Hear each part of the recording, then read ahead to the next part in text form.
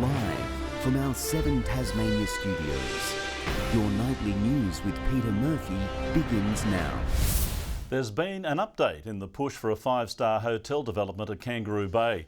Community consultation, feedback and the revised designs by developer Shambroad have now been lodged with the Clarence City Council.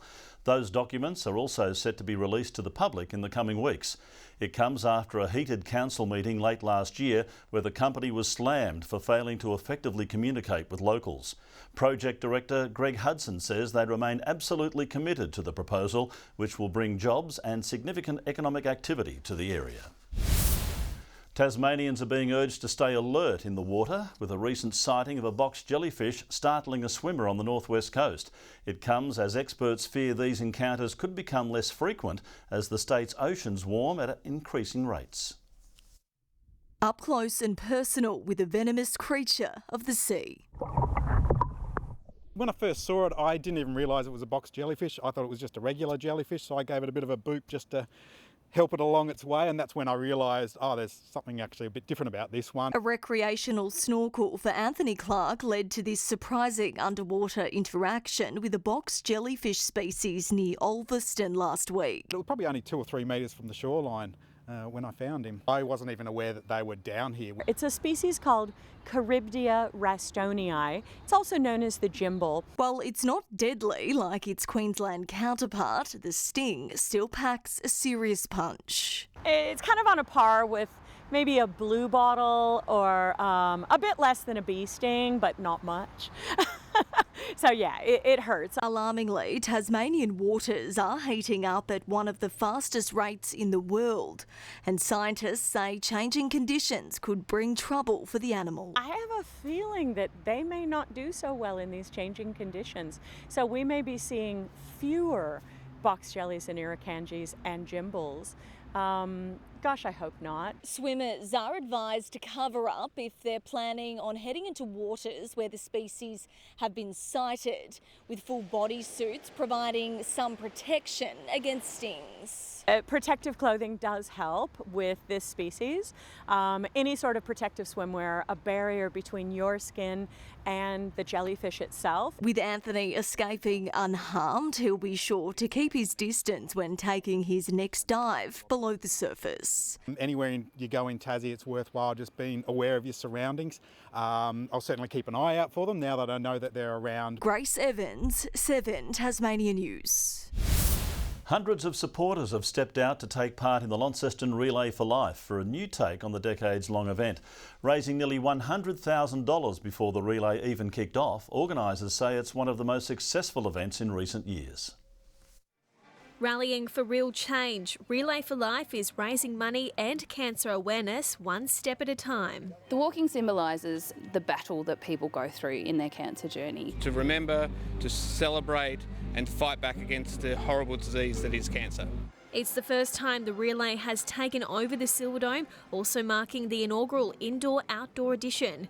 Weary walkers embarking on a 20-hour endeavour, all to raise awareness and show support for those touched by the disease. How many steps are you expecting to take? Yeah, good question. I don't know. With mine, probably 1 million with my little feet.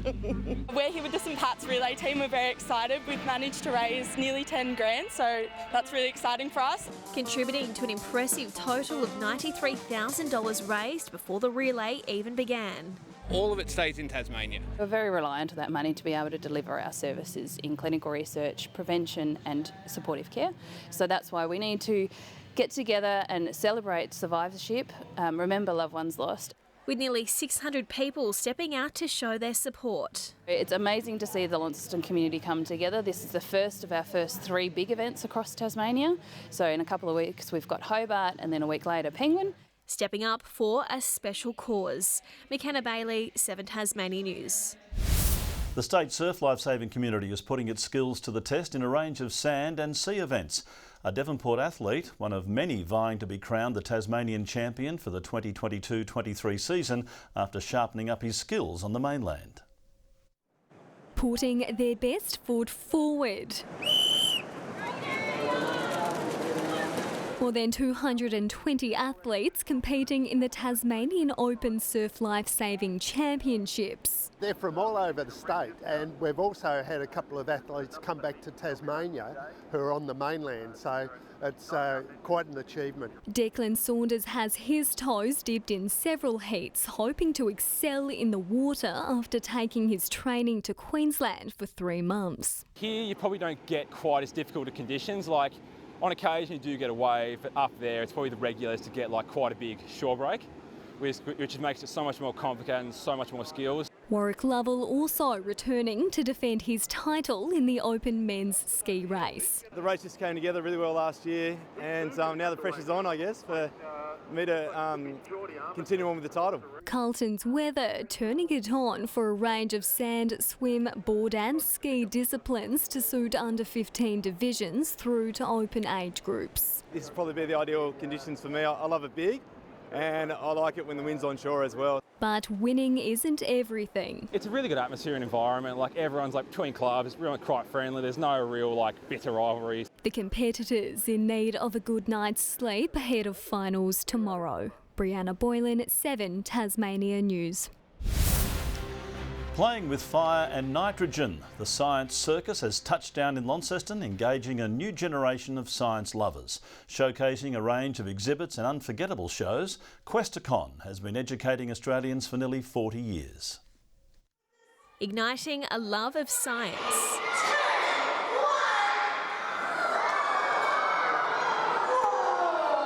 That was very awesome. Really fun. The Questacon Science Circus bursting into Launceston, inspiring young scientists with more than 30 hands-on exhibits. We're just looking closely and spinning it, and we see a bird inside, and then when it flicks to blue, you see a fish. A lot of the science exhibits that we have focus on different science concepts. We have Battack, which tests your speed and agility.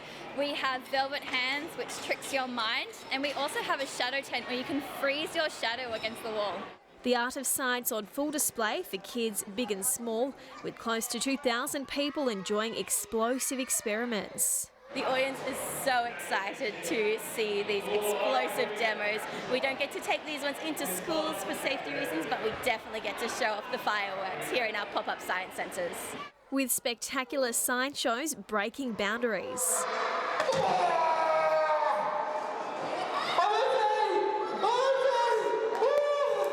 The Sci-Fi show firing up audiences. Your hands get on fire without getting burned. And what did you think of that? It was really cool. My favourite part of the show is definitely the hands on fire. Every time my heart rate goes a little bit higher, but we know that's absolutely safe, and as long as you've got the right safety equipment, you've got water in your hands to absorb all the heat, it's going to go well every time. The Science Circus will travel to St Helens on Tuesday, rounding out the Tasmanian tour. McKenna Bailey, 7 Tasmania News. The South Hobart Football Club has confirmed an exciting development, putting in an expression of interest to join the national second-tier division. But it wasn't their day on the pitch at Windsor Park, with this goal not enough to get over the Devonport Strikers. Back in, and at the second time of asking, Jacob Lancaster fires South Hobart back. The Strikers held on in the final minutes to claim this year's NPL Summer Cup title. The Tasmanian Tigers were chasing a big tally heading into day 3 of their Shield clash in Western Australia after losing Jake Doran early. A strong batting partnership between Caleb Jewell and Mac Wright helped the Tasmanians gain back some momentum.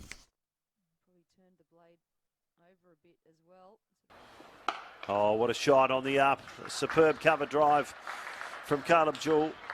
Nice response from him. A short time ago, the Tigers were 6 for 200 in their second dig. In last night's Hockey Pro League doubleheader in Hobart, the Kookaburras soared with a 3-0 victory over Argentina.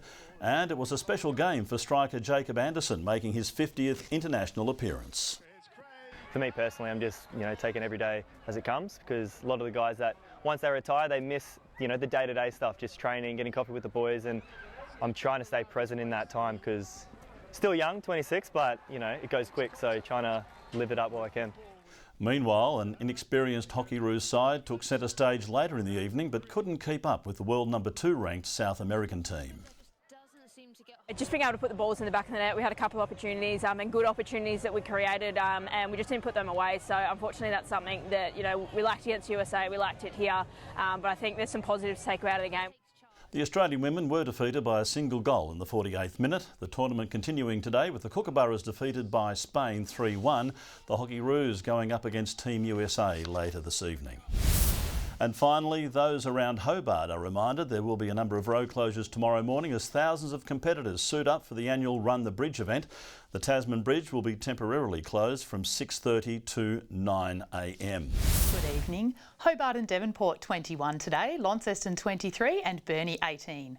The high today was 24 at Bushy Park and Ouse, Strawn 22, 21 at the Friendly Beaches and also Flinders Island, King Island and Maria Island both 20, 19 at Low Head and St Helens, Smithton 18, 17 at the Hearts Mountains and Liaweenie 15 degrees. There were blue skies around the state this morning, but here we can see low-level cloud increasing about the north during the afternoon and high-level cloud spreading over the entire state. Broad areas of cloud with embedded thunderstorms seen here over northern Australia. Thunderstorms also around Broome in WA and in New South Wales. Tomorrow, a trough will cross Tasmania in the early morning, then another trough approaches during the night. The low over the Gulf of Carpentaria persists and extends a trough to a low over WA. Northwesterly winds 15 to 25 knots, reaching 20 to 30 knots about the south and 25 to 35 knots about the east. Tending north to northwesterly 15 to 25 knots during the morning and early afternoon, then reaching up to 30 knots about the far northwest later. Swells up to 2.5 metres. A strong wind warning is current for the far northwest coast, Banks Strait and Franklin Sound, also the east coast, including Flinders Island and the southwest coast. A shower or two in Hobart tomorrow, but a warm day, 28. Richmond, a possible shower, 30, and 29 at Ouse, a shower or two. 27 in Launceston, showers. Devonport, showers and a possible storm, 24. 24 at Deloraine, also showers there. Showers in Burnie, 22. 23 for Strawn, showers increasing, and a late shower or two at Curry, 22. Showers and a possible storm about the east tomorrow, 26 at St Helens and Whitemark, Swansea, 28. The UV is high 7s with sunset at 7:51 p.m. On Monday, showers contracting to the north and west during the morning, possible thunderstorms in the morning about the north and east. Tuesday, showers more persistent in the west, snowfalls possible to 900 metres in the south during the evening. And Wednesday, showers about western, southern and central areas and the Bass Strait Islands. A sunny day in Perth and Sydney tomorrow, 28. Adelaide, partly cloudy, 27 there. Brisbane, 29, partly cloudy, and showers with a possible storm in Canberra, 29 degrees. And right now, cloudy conditions right across the state. And with all of this wet weather coming up, Murph, I've got a joke for you. What goes up when the rain comes down? Aha, that would be an umbrella, Carmen, but let me say you're already funnier than the regular weather guy. That's where we should leave it for now. Catch you same time tomorrow night. Good night.